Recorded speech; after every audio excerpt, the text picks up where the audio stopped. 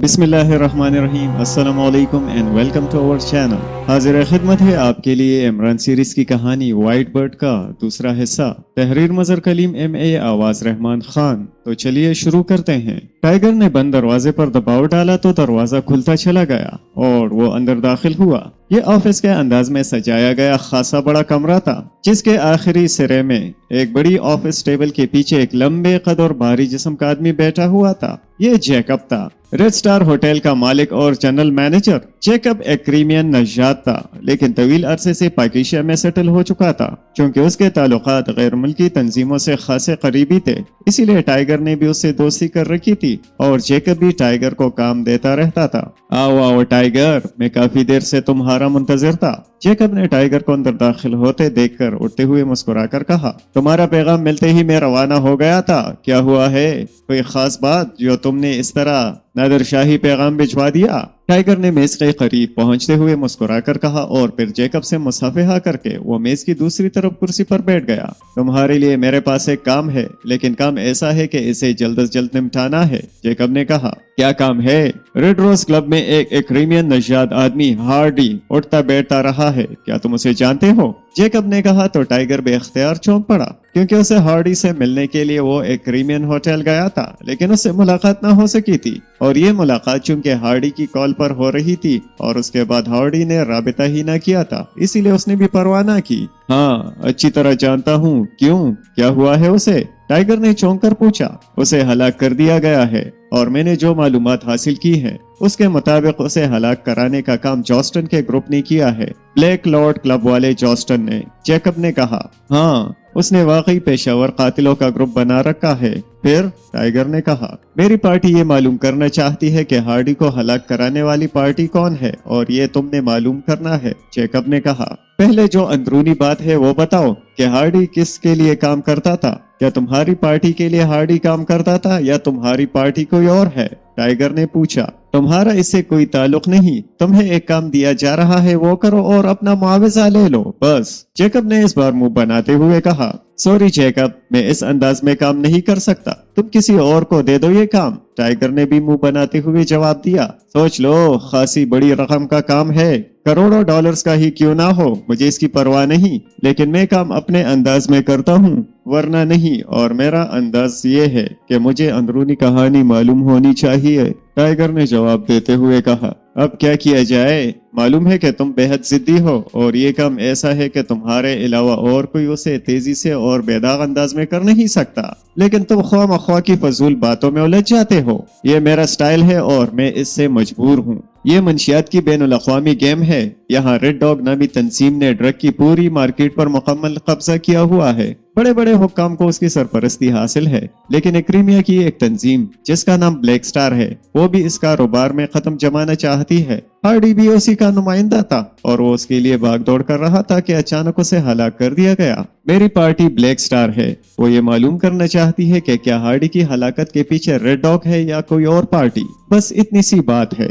Jacob ने कहा, इस तफसील के बाद क्या अभी कोई पोशीदा बात है? जाहिर है रेड डॉग को हार्डी की सरगर्मियों की इत्तला मिल गई होगी, इसलिए उन्होंने उसे खत्म करा दिया। टाइगर ने भी जवाब देते हुए कहा, नहीं, ये इस कदर सादा बात नहीं है। जिस रोज हार्डी हलाक हुआ है उसी रोज रेड डॉग के दो बड़े आदमी अचानक अपनी रिहाइशगाह से अगवा कर लिए गए और फिर उनका सबसे बड़ा सरपरस्त जो इस मुल्क का एक आला हाकिम है, वो भी अपनी रिहाइशगाह से अगवा हुआ है, जबकि ये काम ब्लैक स्टार ने नहीं कराया। इसीलिए ब्लैक स्टार के मुताबिक ये कोई और पार्टी हो सकती है जो बैक वक्त रेड डॉग और ब्लैक स्टार दोनों के खिलाफ काम कर रही है। जैकब ने कहा, अब मैंने सिर्फ हार्डी के बारे में मालूमात हासिल करनी है या रेड डॉग के बड़ों को अगवा करने वाली पार्टी के बारे में भी मालूम करना है? टाइगर ने पूछा, क्या मतलब? क्या तुम्हारा ख्याल है कि ये दोनों अलहदा अलहदा पार्टियां भी हो सकती हैं? जैकब ने चौंक कर पूछा। हाँ, टाइगर ने जवाब दिया, अगर ऐसा है तो फिर दोनों के बारे में मालूमात हासिल करनी है। कितनी रकम दे रहे हो?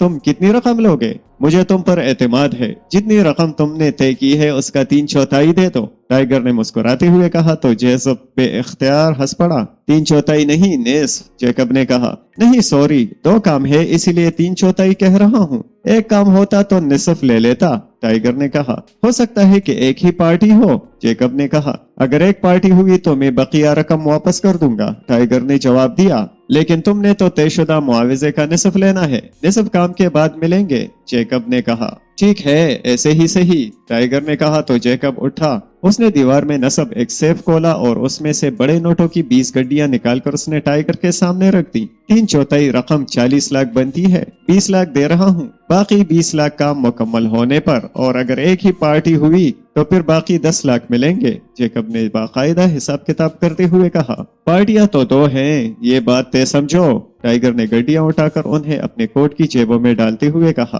क्या मतलब, तुम इस कदर यकीन से ये बात कैसे कह सकते हो? जैकब ने सेफ बंद करके दोबारा कुर्सी पर बैठते हुए कहा इसीलिए कि मुझे मालूम है।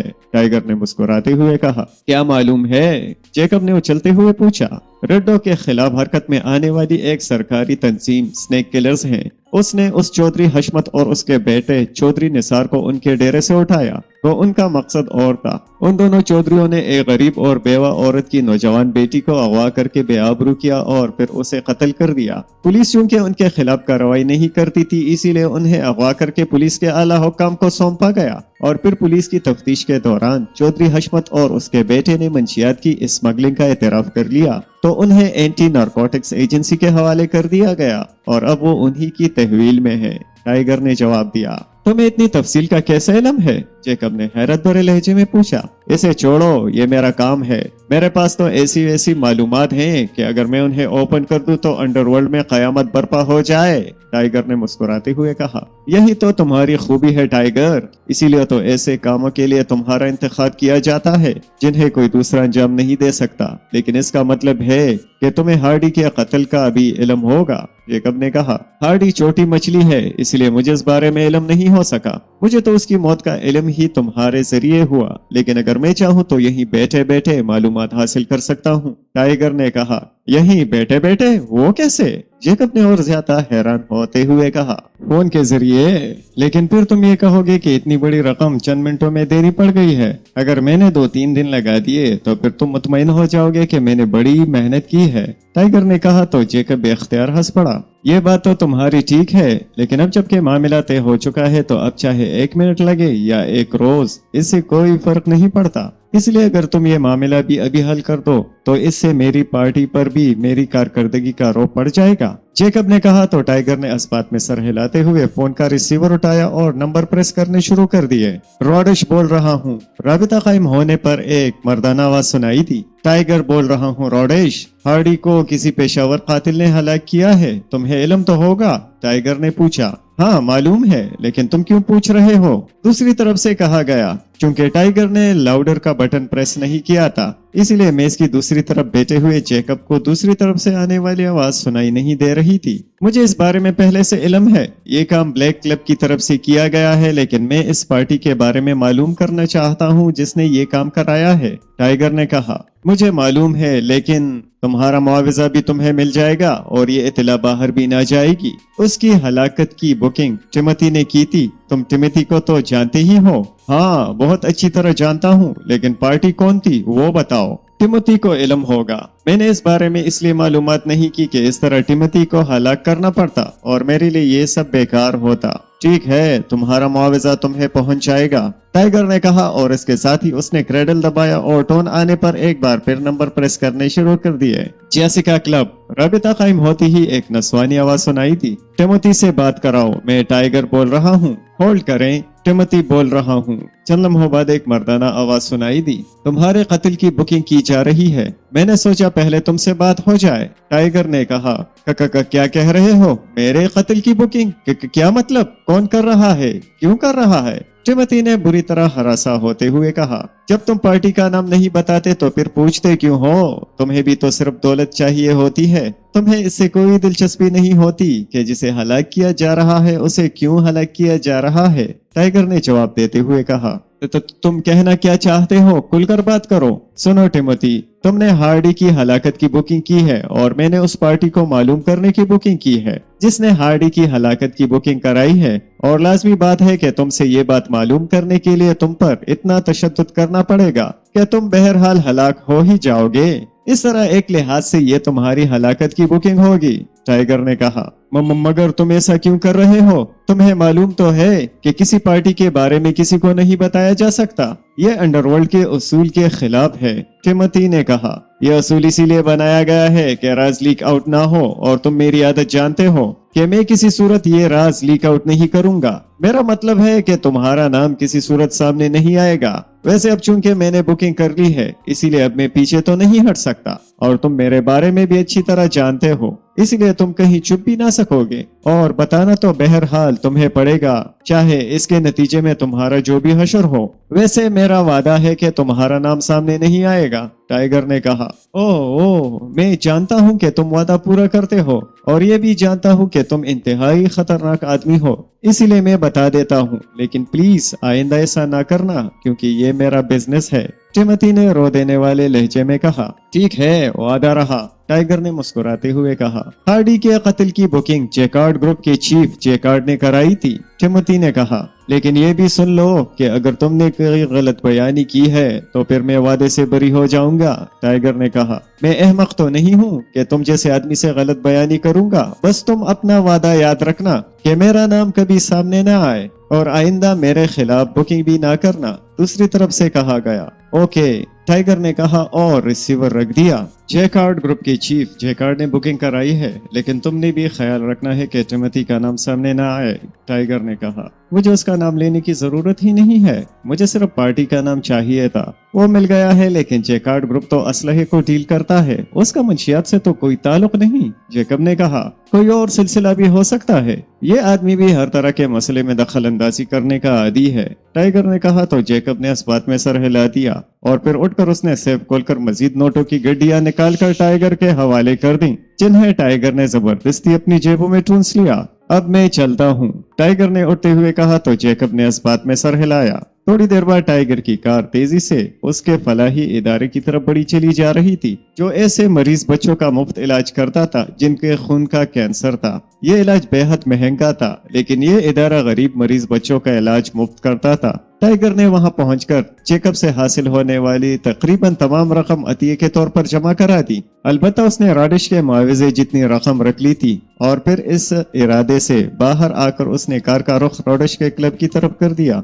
थोड़ी देर बाद वो राडिश के खुसूसी ऑफिस में मौजूद था। उसने बैठने से पहले ही जेब से रकम निकालकर राडिश के हवाले कर दी। मैंने सोचा कि मुआवजा पसीना खुश्क होने से पहले ही अदा कर देना चाहिए। टाइगर ने मुस्कुराते हुए कहा, यही तो तुम्हारी खूबी है टाइगर। बहरहाल शुक्रिया, बैठो, मैं तुम्हारे लिए तुम्हारा पसंदीदा मशरूब एप्पल जूस मंगवाता हूँ। राडिश ने मुसरत भरे लहजे में कहा तो टाइगर सर हिलाता हुआ मेज की दूसरी तरफ कुर्सी पर बैठ गया। राडिश ने इंटरकॉम का रिसीवर उठाकर किसी को एप्पल जूस लाने का ऑर्डर दिया, और फिर रिसीवर रख दिया। अभी उसने रिसीवर रखा ही था कि फोन की घंटी बजी, तो राडिश ने हाथ बढ़ाकर रिसीवर उठाया। यस, राडिश बोल रहा हूँ, राडिश ने कहा, और फिर दूसरी तरफ से आने वाली आवाज सुनता रहा। क्योंकि उसने लाउड स्पीकर का बटन प्रेस नहीं किया था और टाइगर की मेज की दूसरी तरफ कुछ फासले पर बैठा था, इसीलिए दूसरी तरफ से आने वाली आवाज उसके कानों तक नहीं पहुंच रही थी, और टाइगर को उस सुनने में कोई दिलचस्पी भी नहीं थी, क्योंकि जाहिर है राडिश का अपना बिजनेस था।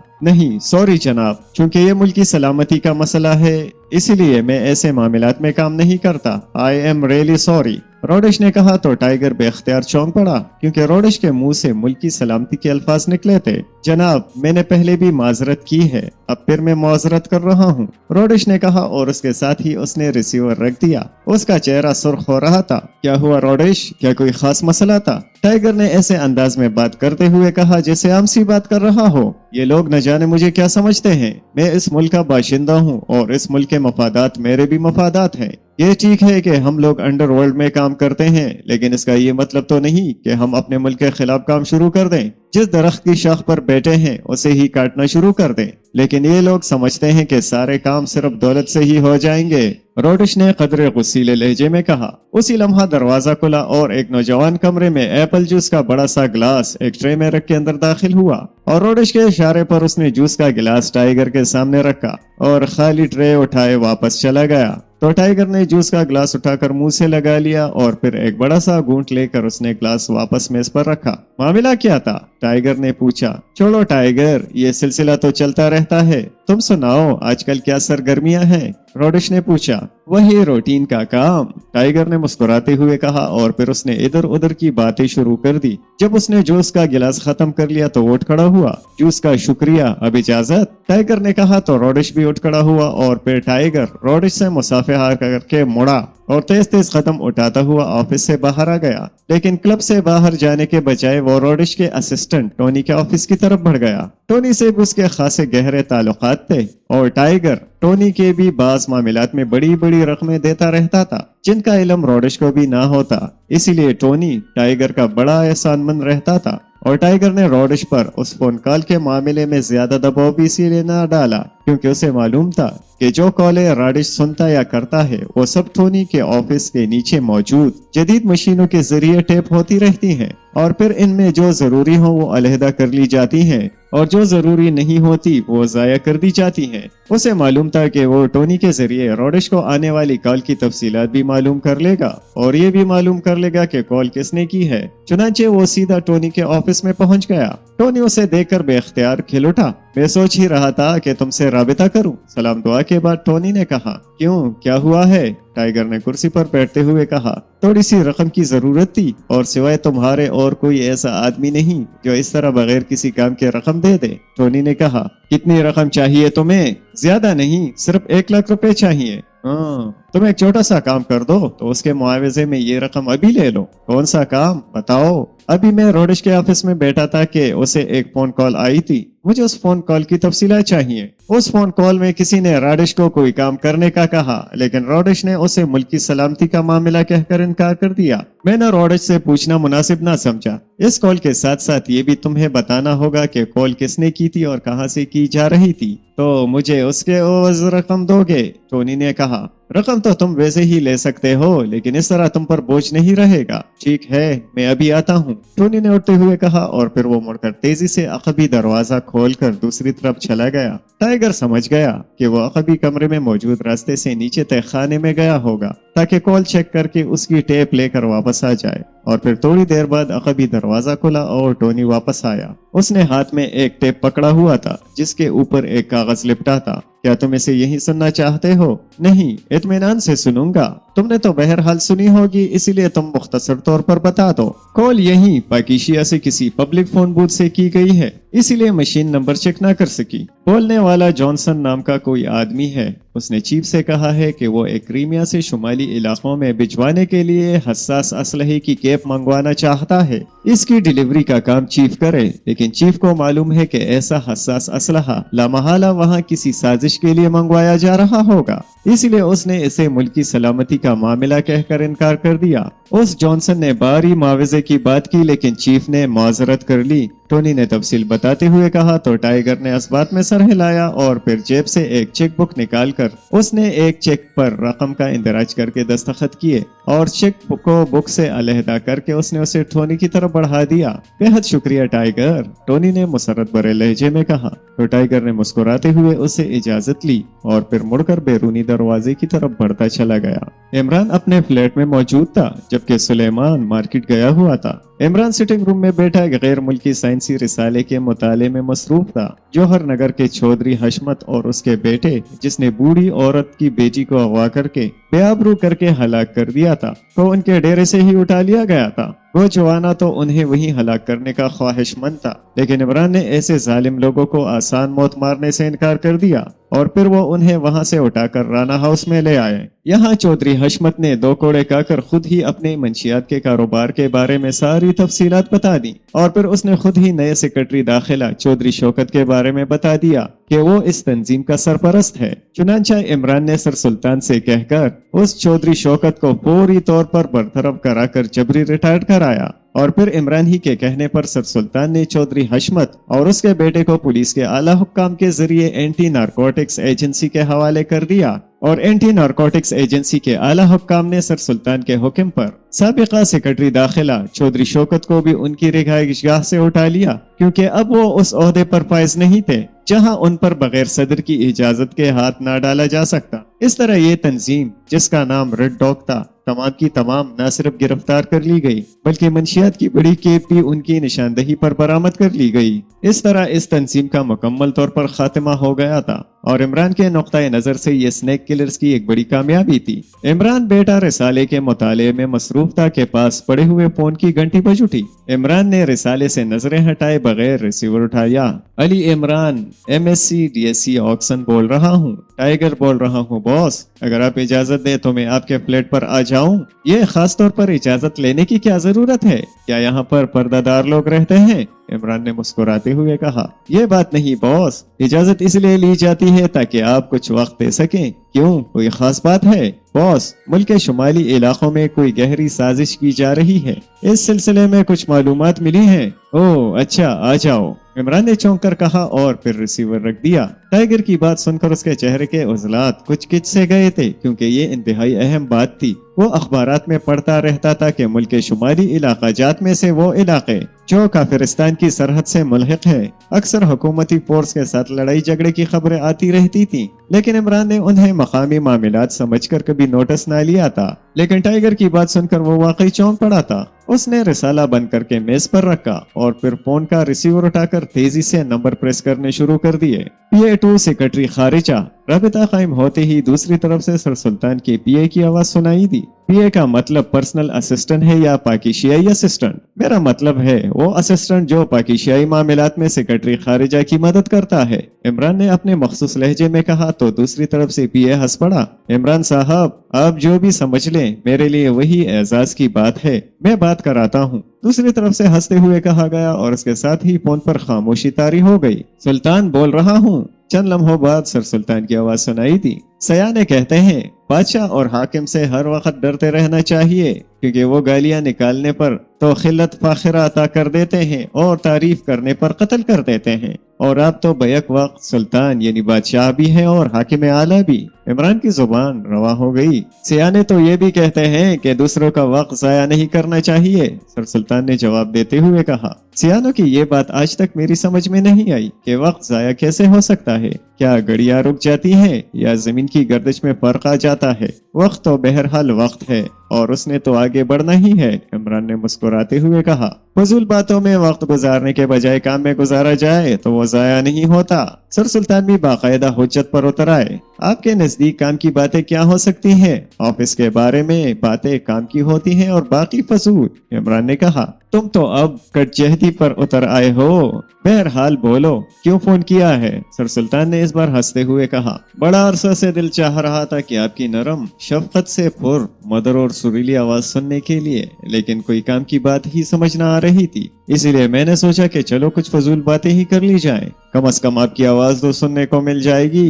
तो अब सुन ली आवाज तुमने? ओके, मैंने इंतहाई जरूरी काम करने हैं, सर सुल्तान ने कहा और उसके साथ ही राबिता खत्म हो गया तो इमरान बेख्तियार मुस्कुराया और उसने रिसीवर क्रेडर पर रख दिया। फिर उसने इत्मीनान से रिसाला पढ़ना शुरू किया। उसे सर सुल्तान की तबीयत का इल्म था कि अब उन्हें चैन नहीं आएगा और जब इमरान दोबारा फोन नहीं करेगा तो फिर वो खुद उसे फोन करेंगे। और फिर थोड़ी देर बाद फोन की घंटी बज उठी। Ali Imran MSc DSc Oxon बोल रहा हूँ। क्या वाकई तुमने मेरी आवाज सुनने के लिए फोन किया था?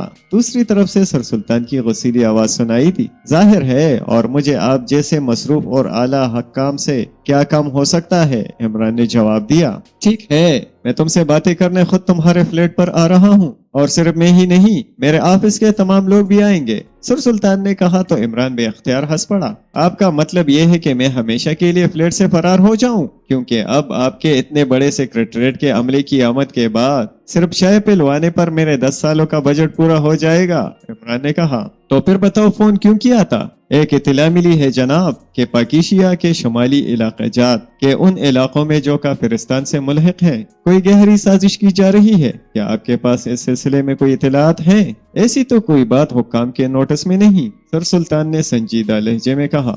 अखबारात में अक्सर वहाँ होने वाली शोरिशों की खबरें आती रहती हैं, इमरान ने कहा। ओ नहीं, वो मकामी मसाइल होते हैं और मकामी तौर पर ही उनसे निपट लिया जाता है, इससे मुल्क की सलामती पर कोई आंच नहीं आती। ٹھیک ہے، بس آپ سے یہی پوچھنا تھا، لیکن تمہیں کیا اطلاع ملی ہے اور کس سے ملی ہے اور کیوں ملی ہے، یہ فقرہ تو آپ نے بولا ہی نہیں، عمران نے مسکراتے ہوئے کہا۔ عمران بیٹے، تمہاری طرف سے کی گئی بات پر ہمیں واقعی سنجیدہ ہونا پڑتا ہے، کیونکہ ہمیں معلوم ہے کہ تم غلط بات نہیں کرتے، سر سلطان نے انتہائی سنجیدہ لہجے میں کہا۔ البتہ فضول بات مجھ سے ضرور ہوتی ہے تو تم بتانا نہیں چاہتے، اب میں کیا کہہ سکتا ہوں؟ سر سلطان کے لہجے میں یک لخت ناراضگی کا عنصر نمایاں ہو گیا تھا۔ ارے آپ تو واقعی ناراض ہونے لگ گئے ہیں، ابھی مجھے واقعی معلوم نہیں ہے، میرے شاگرد ٹائیگر نے مجھے فون کر کے کہا ہے کہ شمالی علاقے میں کسی گہری سازش کے بارے میں اطلاع ملی ہے اور وہ مجھے بتانے خود فلیٹ پر آ رہا ہے۔ میں نے تو اسی لیے اس کے آنے سے پہلے آپ کو فون کیا تھا کہ اگر آپ کے پاس اس بارے میں کوئی اطلاع ہوگی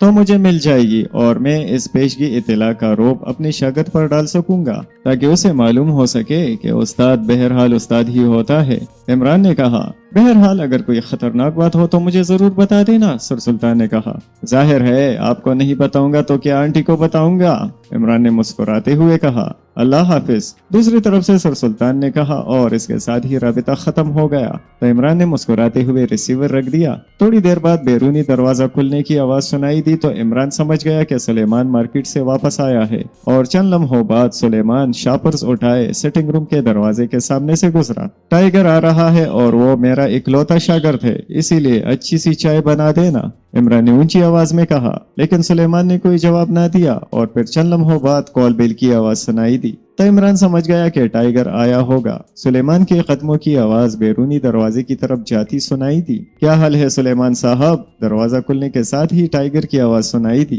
جو حال تمہارے اکلوتے استاد کے اکلوتے باورچی کا ہو سکتا ہے، سلیمان کی رو دینے والی آواز سنائی دی اور عمران سٹنگ روم میں ہی ہنس پڑا۔ ٹائیگر بھی ہنس پڑا تھا۔ السلام علیکم باس، چند لمحوں بعد ٹائیگر نے سٹنگ روم میں داخل ہوتے ہوئے کہا۔ آؤ بیٹو، بڑی دیر لگا دی تم نے آتے آتے، کہیں شمالی علاقے سے تو نہیں آ رہے؟ عمران نے سلام کا جواب دیتے ہوئے کہا۔ نہیں باس، راستے میں دو جگہ پر ٹریفک جام تھا، اسی لیے دیر ہو گئی، ٹائیگر نے جواب دیا اور کرسی پر بیٹھ گیا۔ ہاں اب بتاؤ کیا اطلاع ہے، عمران نے سنجیدہ لہجے میں کہا تو ٹائیگر نے مختصر طور پر روڈش کے آفس، اسے فون کال آنے پر اور پھر ٹونی سے ٹیپ حاصل کرنے سے لے کر ٹیپ میں ریکارڈ بات چیت کی تفصیل بتا دی۔ فون کسی پبلک فون بوتھ سے کیا گیا تھا اور جانسن کا نام بھی میرے لیے نیا تھا اور انڈر ورلڈ میں کوئی بھی اس سے واقف نہیں ہے۔ اب ظاہر ہے اس روڈش سے ہی معلوم کیا جا سکتا تھا، چنانچہ میں رات کو روڈش کی رہائش گاہ پر گیا اور اسے بے ہوش کر کے میں نے اسے کرسی سے باندھ کر ہوش میں لا کر پوچھ گچھ کی تو اس نے مجھے بتایا کہ جانسن گرانڈ ہوٹل کے مینیجر ریچمنڈ کا کوڈ نیم ہے۔ ریچمنڈ حساس اسلحے کے کاروبار میں ملوث ہے اور غیر ممالک سے انتہائی حساس اسلحہ منگوا کر ملک کے مختلف علاقوں میں سپلائی کرتا ہے۔ چونکہ شمالی علاقوں میں ملٹری ایسے اسلحے کو مانیٹر کرتی ہے اور روڈش کے شمالی علاقے کے سرداروں سے انتہائی قریبی تعلقات ہیں، اسی لیے ریچمنڈ نے روڈش کی مدد حاصل کرنے کی کوشش کی، لیکن روڈش نے اسے ملکی سلامتی کا مسئلہ سمجھ کر انکار کر دیا۔ ٹائیگر نے کہا۔ تم نے میک اپ میں اسے پوچھ گچھ کی تھی؟ عمران نے پوچھا۔ یس باس، ٹائیگر نے جواب دیا۔ ہاں پھر؟ عمران نے کہا اور پھر اس سے پہلے کہ ٹائیگر کوئی جواب دیتا سلیمان ٹرالی دھکیلتا ہوا اندر داخل ہوا اور اس نے چائے کے برتن اور بسکٹس کی پلیٹ میز پر رکھ دی۔ ٹائیگر نے اس کا شکریہ ادا کیا۔ چونکہ عمران کے چہرے پر گہری سنجیدگی تھی، اسی لیے سلیمان بغیر کوئی بات کیے خالی ٹرالی ایک طرف کڑی کر کے باہر چلا گیا۔ باس، میں نے اس ریجمنٹ کو جا کر گھیرا تو اس نے بڑی مشکل سے زبان کھولی کہ شمالی علاقے میں ایک علاقہ راپوشی کے سردار زمان خان نے انتہائی حساس ترین اسلحے کی بھاری کے باری معاوضے پر اس شرط پر منگوائی ہے کہ راستے میں اس کی چیکنگ نہ ہو اور نہ ہی کسی دوسرے سردار کو اس کے بارے میں علم ہو سکے۔ اسی لیے ریچمنڈ نے روڈش کی خدمات حاصل کرنا چاہی، لیکن روڈش کے انکار پر اس نے پوسٹ کلب کے روڈی کے ذریعے یہ کیب پہنچانے کی بکنگ کی۔ روڈی کا بھی اسلحے کا دھندا ہے اور اس کے بھی وہاں کے سرداروں سے تعلقات ہیں، ٹائیگر نے کہا۔ یہ سب کچھ تو تم بتا رہے ہو، مگر یہ بتاؤ کہ سپلائی کا کیا ہوا، ابھی ہونی ہے یا ہو چکی ہے؟ عمران نے پوچھا۔ باس، حساس اسلحے کی باری کے پراپوشی پہنچ چکی ہے اور سردار زمان خان نے اسے وصول بھی کر لیا ہے، ٹائیگر نے جواب دیتے ہوئے کہا۔ کیا شامل ہے اس اسلحے میں؟ عمران نے سنجیدہ لہجے میں پوچھا۔ باس، اس اسلحے میں میگا پاور کی بارودی سرنگیں، میگا پاور کی وائرلیس چارجر بم اور اندھیرے میں دور تک مار کرنے والی رائفلیں شامل ہیں، ٹائیگر نے کہا۔ میں نقشہ لے آتا ہوں تاکہ درست طور پر معلومات ہو سکے کہ راپوشی کہاں واقع ہے۔ عمران نے کہا اور اٹھ کر ایک الماری کی طرف بڑھا۔ اس نے الماری کھولی اور اس میں موجود ایک رول شدہ نقشہ نکال کر اس نے اسے کھولا اور پھر اسے میز پر پھیلا دیا۔ ٹائیگر بھی عمران کے ساتھ ہی نقشے پر جھکا۔ عمران نے جیب سے ایک بال پوائنٹ نکال کر شمالی علاقوں میں واقع راپوشی کو مارک کرنے کے بعد اس کے گرد دائرہ لگایا۔ یہ علاقہ انتہائی حساس ہے کیونکہ یہ کافرستان کی سرحد سے ملحقہ ہے، لیکن اس اسلحے کا استعمال کہاں ہو سکتا ہے؟ عمران نے نقشے کو غور سے دیکھتے ہوئے کہا، ہو سکتا ہے کہ یہ اسلحہ وہاں ذخیرہ کیا جا رہا ہو۔ ٹائیگر نے کہا، لیکن کیوں؟ وجہ؟ عمران نے چونک کر کہا، میرا خیال ہے باس کہ ہمیں وہاں جا کر اس علاقے کا تفصیلی تجزیہ کرنا چاہیے، پھر ہی اس بارے میں معلوم ہو سکے گا۔ ٹائیگر نے کہا، لیکن تم لوگ وہاں کس حیثیت سے جا کر تجزیہ کرو گے؟ وہاں کسی اجنبی کو سوائے محدود تفریحی مقامات کے اور کہیں آنے جانے ہی نہیں دیا جاتا، اور اگر وہ جائے بھی تو اس کی نگرانی کی جاتی ہے اور معمولی سا شک پڑ جانے پر اس کی لاش بھی غائب کر دی جاتی ہے۔ عمران نے بتایا، پھر آپ جیسے کہیں گے باس، میرا اندازہ ہے کہ وہاں کوئی نہ کوئی سازش بہرحال پرورش پا رہی ہے، ورنہ اس انداز میں ایسا اسلحہ منگوانے کی بظاہر کوئی ضرورت تو نہیں تھی۔ ٹھیک ہے، تم جاؤ، میں چیف کو اس بارے میں اطلاع دیتا ہوں، پھر چیف خود ہی وہاں کے بارے میں معلومات بھی حاصل کرے گا اور کوئی سازش سامنے آئی تو اس کی بےخنی بھی کرائے گا۔ عمران نے کہا تو ٹائیگر سر ہلاتا ہوا اٹھا اور سلام کر کے وہ کمرے سے باہر نکلا۔ عمران ہونٹ بینچے خاموش بیٹھا تھا، اس کے چہرے پر گہری سنجیدگی تھی، کیونکہ ٹائیگر نے جو خیال ظاہر کیا تھا وہ عمران کو بھی درست محسوس ہو رہا تھا۔ تھوڑی دیر بعد اس نے فون کا ریسیور اٹھایا اور نمبر پریس کرنے شروع کر دیے۔ PA2 سیکرٹری خارجہ۔ دوسری طرف سے سر سلطان کے PA کی آواز سنائی دی، علی عمران بول رہا ہوں، سر سلطان سے بات کراؤ۔ یس سر، دوسری طرف سے مؤدبانہ لہجے میں کہا گیا۔ سر سلطان بول رہا ہوں، علی عمران بول رہا ہوں۔ سر سلطان، جس مبہم اطلاع کے بارے میں آپ سے پہلے بات ہوئی تھی اس بارے میں تفصیلی اطلاعات ملی ہیں کہ شمالی علاقوں میں راپوشی علاقے کے سردار زمان خان نے انتہائی حساس اسلحہ جس میں میگا پاور کی بارودی سرنگیں، میگا پاور کے وائرلیس چارجر بم اور اندھیرے میں دور تک مارنے والی رائفلوں کی بھاری کیپ شامل ہے، اس شرط پر منگوایا گیا ہے کہ شمالی علاقے کے کسی بھی سردار کو اس کا علم نہ ہو سکے، اور اس کے ساتھ ساتھ وہاں موجود ملٹری کی مانیٹرنگ سے بھی یہ بچ کر آئے، اور ایسا ہو چکا ہے۔ عمران نے انتہائی سنجیدہ لہجے میں کہا، ویری بیڈ، اس کا مطلب ہے کہ وہاں واقعی کوئی سازش ہو رہی ہے؟ سر سلطان نے پریشان سے لہجے میں کہا، ان علاقوں کے سرداروں کے لیے حکومتی سطح پر کیا باضابطہ اخلاق ہے؟ میرا مطلب ہے کہ انہیں کون کنٹرول کرتا ہے اور کس انداز میں؟ عمران نے پوچھا۔ وزارت داخلہ ہی کرتی ہے، اور کون کر سکتا ہے؟ سر سلطان نے جواب دیتے ہوئے کہا، ہاں، لیکن مسئلہ یہ ہے کہ وزارت داخلہ میں ان سرداروں کے خاص آدمی موجود ہوں گے، اسی لیے وہاں سے بات لیک آؤٹ ہو جائے گی۔ وہاں چیکنگ کا کوئی اور راستہ بتائیں۔ تم فلیٹ سے ہی بات کر رہے ہو نا عمران؟ جی ہاں۔ ٹھیک ہے، میں معلومات کر کے تمہیں خود فون کرتا ہوں، سر سلطان نے کہا، اور اس کے ساتھ ہی رابطہ ختم ہو گیا تو عمران نے بھی ریسیور رکھ دیا۔ سلیمان اس دوران چائے کے خالی برتن ٹرالی میں رکھ کر لے گیا تھا۔ عمران ریسیور رکھ کر ایک بار پھر نقشے پر جھکا۔ کیا ہوا صاحب؟ آپ اس قدر پریشان کیوں ہیں؟ کیا کوئی خاص بات ہو گئی ہے؟ تھوڑی دیر بعد عمران کے کانوں میں سلیمان کی آواز پڑی تو وہ نقشے پر جھکا ہوا تھا، بے اختیار چونک کر سیدھا ہو گیا۔ ہاں، ایک بہت بڑی الجھن سامنے آئی ہے سلیمان، تو آپ وہاں جا کر معلومات حاصل کرنا چاہتے ہیں؟ سلیمان نے پوچھا۔ ہاں، لیکن وہاں اجنبی افراد آزادی سے ادھر ادھر نہیں جا سکتے، ان کی نگرانی ہوتی ہے، تو آپ اس سردار کے مہمان بن کر وہاں پہنچ جائیں، سلیمان نے مشورہ دیا۔ نہیں سلیمان، یہ سردار خود اس معاملے میں ملوث ہیں، اور وہ اس قدر محتاط ہے کہ دوسرے سرداروں کو بھی اس کا علم نہیں ہونے دینا چاہتا، تو وہ کیسے ہمارے سامنے کھل سکے گا؟ اور پھر سردار کے علاقے میں مہمان بن کر تو ہماری نقل و حرکت اور بھی محدود ہو جائے گی، عمران نے جواب دیا۔ یہ علاقہ کافرستان کی سرحد سے ملحق ہے، تو لامحالہ اس اسلحے کا تعلق کافرستان سے بھی ہو سکتا ہے، سلیمان نے کہا۔ نہیں سلیمان، اگر ایسا ہوتا تو پھر یہ اسلحہ زیادہ آسانی سے کافرستان سے ہی لایا جا سکتا تھا، یہ کوئی اور چکر ہو سکتا ہے؟ جناب، ہر سردار کے مخالف بھی ہوتے ہیں، ان میں سے کسی مخالف کو اپنے ساتھ شامل کر لیں، سلیمان نے کہا تو عمران بے اختیار چونک پڑا۔ واقعی تمہاری یہ بات تو درست ہے، ویری گڈ، یہ واقعی درست لائحہ عمل ہے، عمران نے کہا تو سلیمان مسرت بھرے انداز میں مڑ کر واپس چلا۔ اس کا انداز ایسا تھا جیسے اس نے سارا مسئلہ ہی حل کر دیا ہو۔ عمران اس کے جانے کے بعد خاموش بیٹھا اس کے بارے میں سوچتا رہا، پھر اچانک فون کی گھنٹی بجنے پر وہ چونک پڑا اور اس نے ہاتھ بڑھ کر ریسیور اٹھایا۔ علی عمران MSc DSc آکسن بول رہا ہوں۔ इमरान ने अपने मखसूस शगुफ्ता लहजे में कहा। सुलेमान की तजवीज़ की वजह से चूंकि एक लम्हा अमल सामने आ गया था, इसीलिए इमरान के जहन पर छाई हुई संजीदगी खुद ब खुद दूर हो गई थी। क्या हुआ? क्या कोई लम्हा अमल समझ में आ गया है तुम्हें? सर सुल्तान ने पूछा। वो चूंकि इमरान के मिजाज शनास थे, इसलिए उन्हें मालूम था कि इमरान की संजीदगी उस वक्त ही दूर हो सकती है जब उस पर मौजूद बोझ दूर हो गया हो। सुलेमान ने एक लम्हा अमल बताया है जो मुझे बहुत पसंद आया। सुलेमान ने? लेकिन सुलेमान का इन मामलात से क्या ताल्लुक है? सर सुल्तान ने हैरत से पूछा। जनाब, आगा सुलेमान पाशा ही तो असल X2 हैं, बाकी मैं और ताहिर उसके साथी वाकई जीरो हैं। इमरान ने जवाब देते हुए कहा। नहीं, ये असूलन गलत बात है। इंतहाई अहम मुल्की मामलात को इस तरह आम लोगों के सामने नहीं आना चाहिए। सर सुल्तान ने अपने असूलों के तहत मजबूर होने की वजह से कदरे गौसीले लहजे में कहा। आहिस्ता बोले जनाब, वो आम लोगों की सफ में नहीं आता।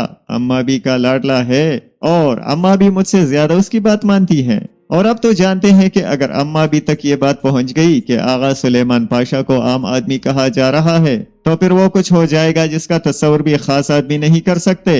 इमरान ने सहमे हुए लहजे में कहा। क्या लम्हा अमल बताया है उसने? सर सुल्तान ने पूछा तो इमरान ने मुखालिफ सरदार वाली तजवीज़ दोहरा दी। हाँ, वाकई ये सबसे बेहतरीन लम्हा अमल है। हैरत है कि ना मुझे इसका ख्याल आया और ना तुम्हें। सर सुल्तान ने कहा। जनाब, खास मामलात में खास लोग ही दुरुस्त लम्हा अमल बना सकते हैं। इमरान ने कहा तो सर सुल्तान बेअख्तियार हंस पड़े। ठीक है, अब मैं अपने अल्फाज वापस ले लेता हूँ। मैंने जो मालूमात हासिल की हैं उनकी बिना पर एक और अहम बात सामने आई है कि सरदार जमान खान से पहले वहाँ उसका चचा रईस खान सरदार था।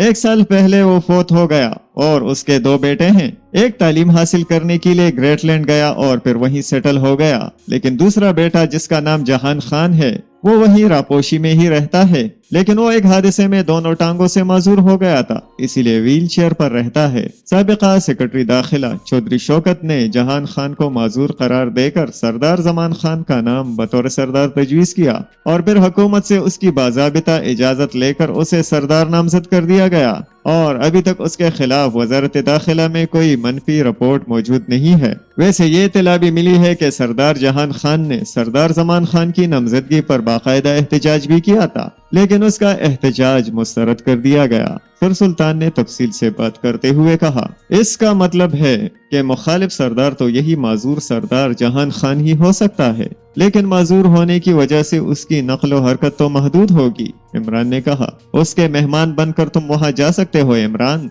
जी जनाब, मेरा ख्याल है कि उस सरदार जमान खान की नामजदगी में साबिका सेक्रेटरी दाखिला ने दिलचस्पी ली है। तोला महाला उस चौधरी शौकत के जाती ताल्लुकातों से होंगे और चौधरी शौकत जिस तरह पाकिशिया में मंशियात की तंजीम की सरपरस्ती कर रहा था, इस तरह उसने यकीनन सरदार जमान खान के साथ भी कोई ना कोई गैर कानूनी काम किया ही होगा। इमरान ने कहा। हाँ, हो सकता है इमरान, लेकिन जाहिर है वो क्यों बताएगा? तुम्हें वहाँ खुद ही जाना होगा।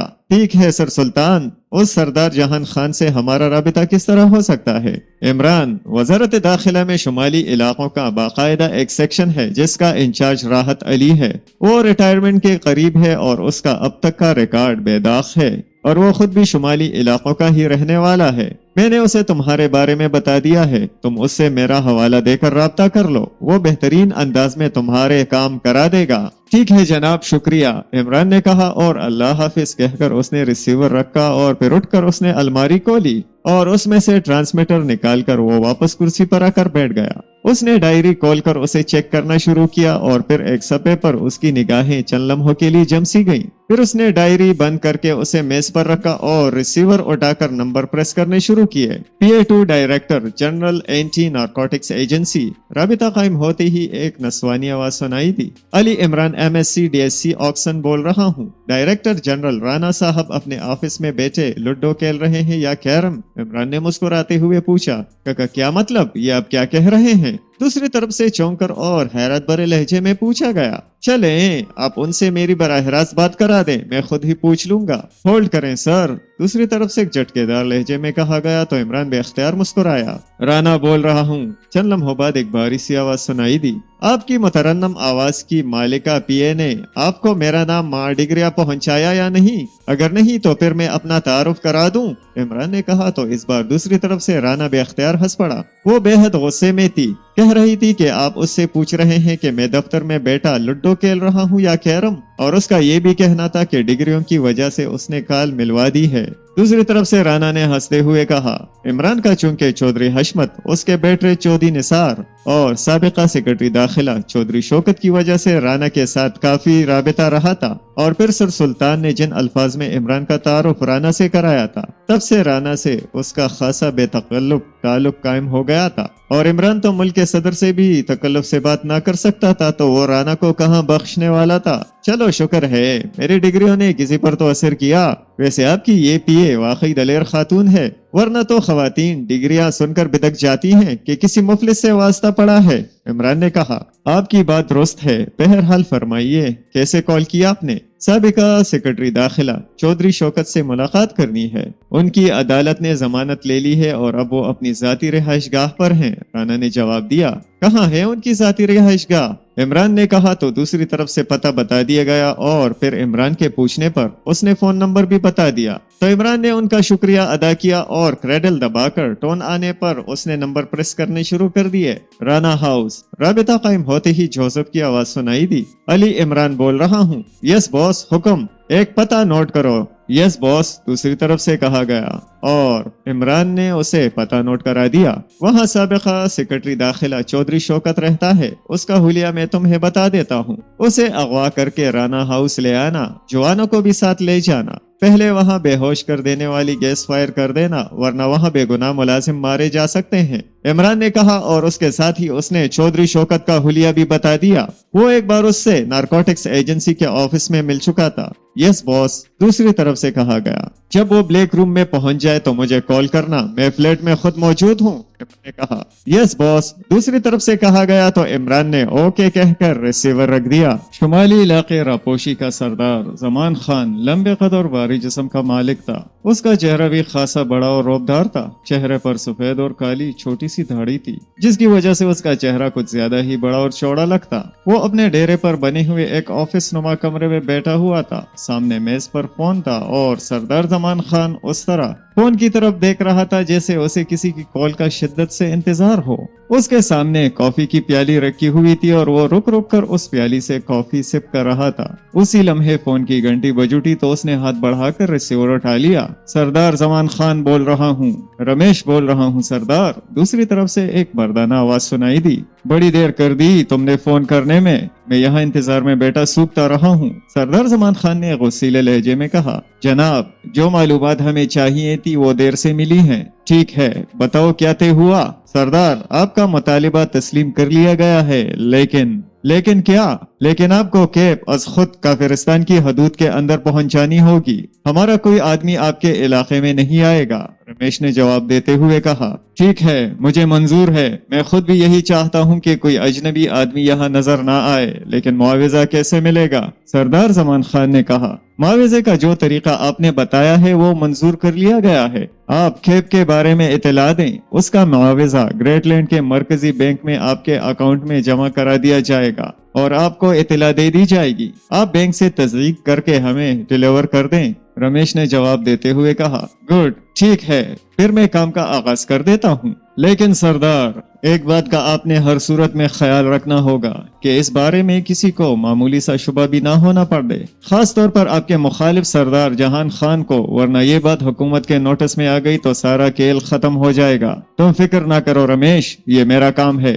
मुझे सिर्फ उसकी सप्लाई का मसला था और कोई मसला नहीं है। ये दाद जहाँ मौजूद है वहाँ मेरा अपना खसूसी अड्डा है और ये ऐसी जगह है जहाँ कोई रुख नहीं करता। सरदार जमान खान ने बड़े बाएतमाद लहजे में कहा, लेकिन वहाँ बहरहाल मशीनरी पहुंचानी होगी और मशीनरी काम भी करेगी। रमेश ने कहा तो सरदार जमान खान बेअख्तियार हंस पड़ा। तुम मुझे अहमक समझते हो रमेश? अगर मैं इस तरह खुलेआम मशीनरी मंगवा लूं तो क्या ये काम हो सकता है? मैंने खसूसी अंदाज में असलहा की एक केप मंगवाई है। उस कैब के साथ मशीनरी भी आ गई है और किसी को इसका इल्म ना हो सका। और जहाँ तक मशीनरी के चलने की बात है तो ये मशीनरी कोई आवाज पैदा नहीं करती, इसीलिए तमाम काम इंतहाई सुकून और खामोशी से हो जाएगा और किसी को कानो कान खबर तक ना होगी। और सरदार, इस असलहे का आपने क्या किया? रमेश ने चौंक कर पूछा।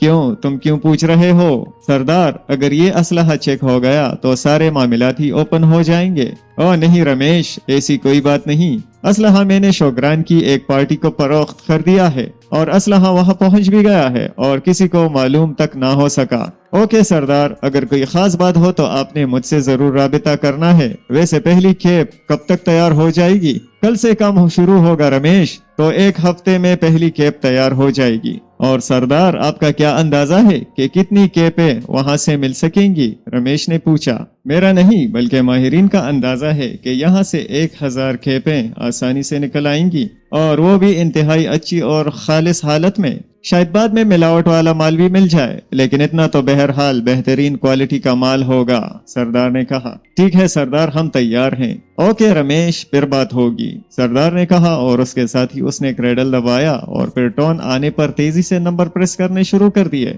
गुलजेब बात कर रहा हूँ। राबिता होते ही दूसरी तरफ से एक मर्दाना आवाज सुनाई दी। सरदार बोल रहा हूँ गुलजेब। हुक्म सरदार, दूसरी तरफ से इंतहाई मुअद्दबाना लहजे में जवाब दिया गया। मामलात तय पा गए हैं, तुम कल से काम शुरू करा दो, लेकिन चारों तरफ से निगरानी का इंतजाम भी तुम्हें करना होगा। इस मामले की भनक भी किसी के कानों तक नहीं पहुंचनी चाहिए। ठीक है सरदार, हुक्म की तामील होगी। काम शुरू करवा कर मुझे इतला देना और कोई भी खास बात हो तो भी फौरन इतला देना, तुम्हें तुम्हारा मुकम्मल हिस्सा मिलेगा। हम तो आपके गुलाम हैं सरदार। ये तो आपकी मेहरबानी है कि अपने गुलामों का भी ख्याल रखते हैं। आप बेफिक्र रहें, किसी को कानो कान खबर तक ना होगी। गुलजेब ने जवाब दिया तो सरदार जमान खान ने इत्मीनान भरे अंदाज में तवील सांस लेते हुए रिसीवर रख दिया। उसके चेहरे पर मुसरत के साथ साथ इत्मीनान के तासुरात भी नुमाया थे। इमरान राना हाउस के ब्लैक रूम में दाखिल हुआ तो उसके चेहरे पर मास्क मेकअप मौजूद था, क्योंकि वो एक बार अपने असल चेहरे में साबिका सेक्रेटरी दाखिला चौधरी शौकत से मिल चुका था। चौधरी शौकत को जोसेफ और जोआना ने उसकी जाती रिहाइशगाह से बेहोश करके अगवा किया था और फिर जोसेफ ने इमरान को फ्लैट पर फोन करके कार्रवाई मुकम्मल होने की इतला दी तो इमरान कार लेकर राना हाउस पहुंच गया। चौधरी शौकत भारी जिस्म और चौड़े चेहरे का मालिक था। उसकी बड़ी बड़ी मूंछें उस वक्त गुलहरी की दुम की तरह साइड पर लटकी हुई थी और वो रॉड्स में जकड़ा हुआ बेहोश पड़ा था। इमरान उसके सामने मौजूद कुर्सी पर जाकर बैठ गया। इसे एंटी गैस से होश में ले आओ, इमरान ने कहा तो जोआना साइड पर मौजूद अलमारी की तरफ बढ़ गया। ब्लैक रूम में सिर्फ जोआना मौजूद था क्योंकि जोसेफ बाहर निगरानी कर रहा था। वैसे इमरान की आमद के बाद राना हाउस का हिफाजती निजाम ऑन कर दिया गया था, लेकिन इसके बावजूद जोसेफ बाहर मौजूद था। जोआना ने अलमारी से एक लंबी गर्दन वाली बोतल निकाली और चौधरी शौकत के करीब आकर उसने बोतल का ढक्कन हटाया और उसका दहाना चौधरी शौकत की नाक से लगाकर उसने चंद लम्हों बाद बोतल हटा ली और उसका ढक्कन लगाकर वो मुड़ा और वो बोतल वापस अलमारी में रख दी। कोड़ा भी हाथ में ले लो, इमरान ने कहा तो जोआना ने अलमारी में मौजूद एक खौफनाक शक्ल का कोड़ा निकाला और अलमारी बंद करके वो वापस इमरान की कुर्सी की साइड में आकर खड़ा हो गया। चंद लम्हों बाद चौधरी शौकत ने आंखें खोली और उसके साथ ही उसने बेख्तियार उछलकर खड़े होने की कोशिश की, लेकिन जाहिर है रॉड्स में जकड़े होने की वजह से वो सिर्फ कसमसा कर ही रह गया। वो अब इंतहाई हैरत भरे अंदाज में इधर उधर देख रहा था, जैसे उसे समझ ना आ रहा हो कि वो कहाँ मौजूद है। फिर उसकी नजरें जोआना और इमरान पर पड़ी तो उसके चेहरे पर हल्के से खौफ के तासुरात उभर आए। तो तुम कौन हो और मैं कहाँ हूँ? चौधरी शौकत ने रुक रुक कर और हैरत भरे लहजे में कहा, तुम्हारा नाम चौधरी शौकत है और तुम साबिका सेक्रेटरी दाखिला हो। इमरान ने लहजा बदल कर बात करते हुए कहा, हाँ, मगर ये सब क्या है? मैं तो अपनी रिहाइशगाह पर था, फिर मैं यहाँ कैसे आ गया और ये कौन सी जगह है और मुझे यहाँ क्यों लाया गया है? चौधरी शौकत ने हैरत भरे लहजे में पूछा। पहले तुम ये बताओ कि चौधरी खानदान के अफराद तो इंतहाई मुहिब वतन और बागैरत होते हैं। बहुत कम लोग उनमें से ऐसे होते हैं जो जराइम पेशा हो, और तुम तो आला तालीमी याफ्ता भी हो और फिर वजारत दाखिला में तवील अरसा गुजार चुके हो। हुकूमत ने तुम्हें ब्यूरोक्रेसी का आला तरीन ओहदा भी दिया था और इसके बावजूद तुम उन चौधरियों की सरपरस्ती करते रहे जो मुल्क में मंशियात का जहर फैला रहे हैं। मेरा मतलब चौधरी हशमत और उसके बेटे चौधरी نثار سے ہے؟ کیا حکومت کی طرف سے تمہیں اس خزانے سے جس میں عوام کے خون پسینے کی کمائی سے حاصل کیا گیا پیسہ جمع ہوتا ہے، الاؤنسز، سہولیات، بہت بڑی مالیت میں تنخواہ اور دیگر سہولیات نہیں دی جا رہی تھیں؟ بحیثیت سیکرٹری داخلہ تمہارا کام ملک میں امن و امان قائم رکھنا اور ملک کو جرائم سے پاک کرنا تھا، لیکن تم خود مجرموں کے ساتھی بن گئے۔ کیوں؟ عمران کا لہجہ تلخ سے تلخ تر ہوتا چلا گیا۔ یہ مجھ پر الزام ہے۔ چودھری حشمت اور اس کا بیٹا چودھری نثار میرے قریبی عزیزوں میں سے ہیں۔ انہیں ان کے ڈیرے سے اغوا کر لیا گیا تو مجھے اطلاع ملی اور ساتھ ہی مجھے بتایا گیا کہ پاکیشیا کی سینٹرل انٹیلیجنس کے ڈائریکٹر جنرل سر عبد الرحمان کا بیٹا عمران بھی اغوا کرنے والوں کے ساتھ تھا۔ تو میں نے پولیس سے رابطہ کیا اور سر عبد الرحمان کو بھی اس بارے میں بتایا، لیکن پھر اچانک صدر صاحب کی طرف سے مجھے فوری طور پر برطرف کر کے جبری ریٹائر کر دیا گیا اور مجھے گرفتار کر لیا گیا۔ بڑی مشکل سے میں نے ضمانت کرائی ہے۔ میں نے کسی منشیات کی تنظیم کی کبھی سرپرستی نہیں کی۔ اگر چودھری حشمت اور اس کا بیٹا منشیات کی اسمگلنگ میں ملوث تھے تو مجھے اس کے بارے میں کچھ معلوم نہ تھا۔ چودھری شوکت نے اپنی بے گناہی پر تفصیل سے بات کرتے ہوئے کہا، لیکن چودھری حشمت اور چودھری نثار نے جو بیانات اینٹی نارکوٹکس ایجنسی کو دیے ہیں ان میں انہوں نے تمہیں واضح طور پر ملوث کیا ہے۔ عمران نے کہا، یہ بیانات ان سے زبردستی لیے گئے ہیں۔ وہ عدالت میں لازماً سچ بول دیں گے، لیکن تم کون ہو اور یہ کون سی جگہ ہے؟ کیا تمہارا تعلق حکومت سے ہے؟ چودھری شوکت نے کہا، نہیں، ہمارا تعلق حساس اسلحہ ڈیل کرنے والی ایک بین الاقوامی تنظیم سے ہے۔ عمران نے جواب دیا تو چودھری شوکت چونک پڑا۔ اس کے چہرے پر حیرت کے تاثرات ابھر آئے تھے۔ حساس اسلحہ؟ لیکن میرا اس سے کیا تعلق؟ چودھری شوکت نے کہا، تعلق تو تمہیں تمہاری رہائش گاہ سے یہاں لایا گیا ہے۔ تمہاری وجہ سے ہماری تنظیم کو زبردست نقصان اٹھانا پڑا، اور یہ بھی بتا دوں کہ اگر تم نے یہاں جھوٹ بولا تو تمہاری شخصیت اور حیثیت کا قطعی کوئی خیال نہیں رکھا جائے گا۔ اس دیو کے ہاتھ میں کوڑا دیکھ رہے ہو، یہ چند لمحوں میں تمہاری کھال ادھیڑ دے گا اور پھر تمہاری لاش بھی کسی بٹی میں جلا کر رکھ کر دی جائے گی اور کسی کو اس بارے میں کبھی علم نہ ہو سکے گا کہ تم کہاں غائب ہو گئے ہو۔ اگر تم سچ بول دو تو تمہیں یہاں سے بے ہوش کر کے دوبارہ تمہاری رہائش گاہ پر پہنچا دیا جائے گا۔ عمران نے سر لہجے میں کہا، میرا واقعی اسلحے سے کوئی تعلق نہیں۔ چودھری شوکت نے ہونٹ چباتے ہوئے کہا، شمالی علاقوں میں کافرستان کی سرحد سے ملحق ایک علاقہ ہے راپوشی۔ تم نے وہاں سابقہ سردار کے فوت ہو جانے پر اس کے ٹانگوں سے معذور بیٹے سردار جہان خان کو سردار نامزد کرانے کے بجائے ذاتی دلچسپی لے کر سردار زمان خان کو سردار بنایا، اور سردار زمان خان ہمارا مستقل گاہک تھا۔ وہ انتہائی حساس اسلحہ ہم سے لیتا تھا، لیکن اب ہمیں اطلاع ملی ہے کہ اس نے تمہارے کہنے پر حساس اسلحے کی ایک بڑی کھیپ ایک دوسری تنظیم کے ذریعے منگوائی ہے۔ اس طرح ہماری تنظیم کو بہت بڑا مالی نقصان اٹھانا پڑا ہے۔ عمران نے کہا، مجھے تو اس سلسلے میں کچھ معلوم نہیں اور نہ میرا ایسے کاموں سے کوئی تعلق رہا ہے۔ چونکہ سردار جہان خان معذور آدمی تھا، اس لیے حکومت کی بہتری کے لیے میں نے سردار زمان خان کو سردار نامزد کرا دیا تھا۔ چودھری شوکت نے کہا، اب اگر تم جھوٹ بولنے پر تل ہی گئے ہو تو بھگتو، جوانا، اس کی کال ادھیڑ دو۔ عمران نے انتہائی سر لہجے میں پہلے چودھری شوکت اور بعد میں جوانا سے مخاطب ہو کر کہا، یس ماسٹر، جوانا نے کہا، اور اس کے ساتھ ہی اس نے کوڑے کو بڑے خوفناک انداز میں ہوا میں چٹخایا اور جارحانہ انداز میں آگے بڑھ گیا۔ رک جاؤ، بتاتا ہوں، رک جاؤ، پلیز رک جاؤ۔ چودھری شوکت نے یکلخت ہذیانی انداز میں چیختے ہوئے کہا۔ وہ چونکہ تربیت یافتہ آدمی نہیں تھا اور پھر اس کی ساری عمر کرسی پر بیٹھ کر احکامات دینے میں گزری تھی، اسی لیے کوڑے کی آواز اور چوینا جیسے آدمی کے جارحانہ انداز نے ہی اس کو انتہائی خوفزدہ کر دیا تھا۔ وہیں رک جاؤ جوانا، اب جیسے ہی یہ جھوٹ بولے گا میں تمہیں اشارہ کروں گا، پھر تم نے اس کی کھال ادھیڑ دینی ہے۔ اگر یہ اپنے ساتھ خود ہمدردی نہیں رکھتا تو ہمیں سے ہمدردی کی کیا ضرورت؟ عمران نے سر لہجے میں کہا، میں جو کچھ جانتا ہوں سچ بتا دیتا ہوں، لیکن تم مجھے ہلاک نہ کرنا، بے شک قانون کے حوالے کر دینا۔ چودھری شوکت نے رو دینے والے لہجے میں کہا، ہمیں کیا ضرورت ہے تمہیں قانون کے حوالے کرنے کی؟ ہم تمہیں واپس تمہاری رہائش گاہ پر پہنچا دیں گے،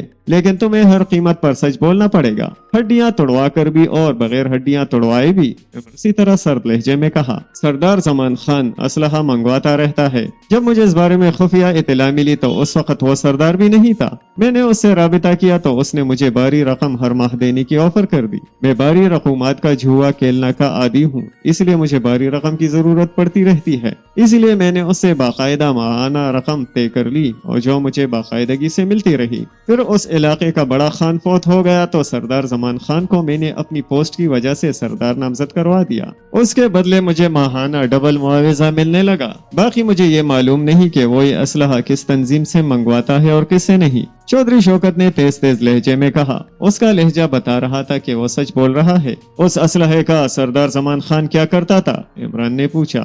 وہ اسے شوگران کے کسی گروپ کو فروخت کر دیتا ہے باری منافع پر، چودھری شوکت نے کہا تو عمران چونک پڑا۔ شوگران؟ لیکن شوگران کی سرحد تو راپوشی سے کافی دور ہے جبکہ کافرستان کی سرحد قریب ہے، عمران نے کہا۔ میں نے بھی اس سے ایک بار یہ بات کی تھی۔ اس نے بتایا کہ ان پہاڑی علاقوں میں ایسے خفیہ راستے موجود ہیں جہاں سے اسلحہ بحفاظت اور بغیر کسی مداخلت کے شوگران پہنچ جاتا ہے اور اسے بھاری منافع مل جاتا ہے۔ شوگران میں حکومت کے خلاف گروپس ہیں جو یہ اسلحہ منگواتے رہتے ہیں۔ بڑے طویل عرصے سے یہ کام ہو رہا ہے، چودھری شوکت نے جواب دیتے ہوئے کہا۔ کیا تم اس کی تصدیق کرا سکتے ہو؟ عمران نے کہا۔ تصدیق؟ وہ کیسے؟ اب تو میں سیٹ سے بھی ہٹ چکا ہوں، اب تو وہ میرے ساتھ بات ہی نہیں کرے گا، چودھری شوکت نے کہا۔ اس کے پاس فون ہے؟ عمران نے پوچھا۔ ہاں، اس نے خصوصی طور پر سیٹلائٹ کا کنیکشن لے رکھا ہے، چودھری شوکت نے جواب دیا۔ یہ خصوصی نمبر تم نے اسے دلوایا ہوگا، عمران نے کہا تو چودھری شوکت نے اس بات میں سر ہلایا۔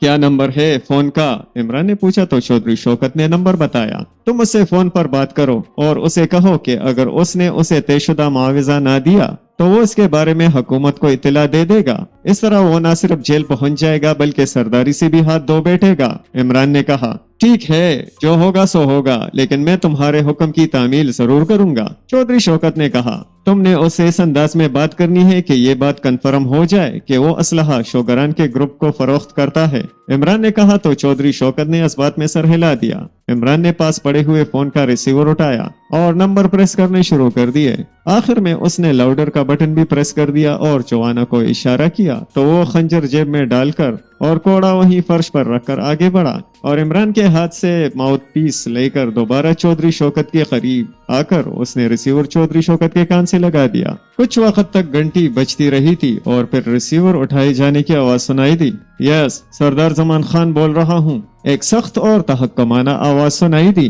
دارالحکومت سے چودھری شوکت بول رہا ہوں سردار، تم نے میری رقم نہیں بھجوائی، کیوں؟ چودھری شوکت نے بڑے رونق بھرے لہجے میں کہا۔ تم اب فارغ ہو چکے ہو چودھری شوکت، اس لیے اب یہ رقم نئے آدمی کو مل سکتی ہے، تمہیں نہیں۔ دوسری طرف سے پہلے سے زیادہ تحکمانہ اور سخت لہجے میں کہا گیا۔ ٹھیک ہے، پھر میں اگر حکومت تک یہ بات پہنچا دوں کہ تم انتہائی حساس اسلحہ راپوشی منگوا کر شوگران پہنچاتے ہو تو تمہارا کیا خیال ہے کہ حکومت اس پر کوئی کارروائی کرے گی یا نہیں؟ اور پھر تمہیں معلوم ہوگا کہ تمہارا کیا حشر ہوتا ہے، چودھری شوکت نے کہا۔ Oh, I am sorry Chaudhry Shaukat, I am really sorry, تم بے فکر رہو۔ اس ہفتے کے اندر میں دارالحکومت خود آ رہا ہوں اور تمہیں مل کر پوری رقم دے دوں گا اور آئندہ بھی رقم تمہیں ملتی رہے گی، سردار زمان خان نے کہا۔ تمہیں معلوم ہے کہ میں اب کہاں رہتا ہوں؟ چودھری شوکت نے کہا۔ ہاں، مجھے معلوم ہے کہ تم اپنی ذاتی رہائش گاہ میں شفٹ ہو چکے ہو، دوسری طرف سے کہا گیا۔ ٹھیک ہے، میں تمہارا انتظار کروں گا، چودھری شوکت نے کہا اور اس کے ساتھ ہی دوسری طرف سے رابطہ ختم ہو گیا تو جوانا نے ریسیور ہٹا کر اسے کریڈل پر رکھا اور پھر فون لا کر اس نے تپائی پر رکھ دیا۔ اسے ہاف آف کر کے کسی ویران جگہ پر ڈال دینا، عمران نے اٹھتے ہوئے کہا۔ یس ماسٹر، جوانا نے کہا اور پھر عمران جیسے ہی مڑا اس کے کانوں میں چودھری شوکت کی چیخ کی آواز پڑی، لیکن وہ اطمینان سے قدم اٹھاتا ہوا آگے بڑھتا چلا گیا۔ اس نے اس لیے چودھری شوکت کو زندہ چھوڑ دیا تھا کہ سردار زمان خان کا لہجہ بتا رہا تھا کہ وہ اسے مستقل رقم دینے کے بجائے ختم کر دینے کا پروگرام بنا چکا ہے، اور ویسے بھی اس بات کے کنفرم ہونے پر کہ سردار زمان خان صرف اسلحے کی اسمگلنگ میں ملوث ہے، اس کی اس معاملے میں دلچسپی ختم ہو گئی تھی۔ اب اس نے صرف سر سلطان کو اطلاع دینی تھی، پھر سر سلطان خود ہی سارا کام نمٹا لینے کے ماہر تھے۔ پیارے دوستو، ملتے ہیں آپ کے ساتھ وائٹ برڈز کے اگلے حصے میں۔ امید ہے آپ کو اس کے اگلے حصے کا انتظار ضرور رہے گا، اور آپ سے گزارش ہے کہ پلیز ہمارے چینل کو سبسکرائب کریں کیونکہ ہمیں آپ کے سپورٹ کی بہت زیادہ ضرورت ہے۔ شکریہ۔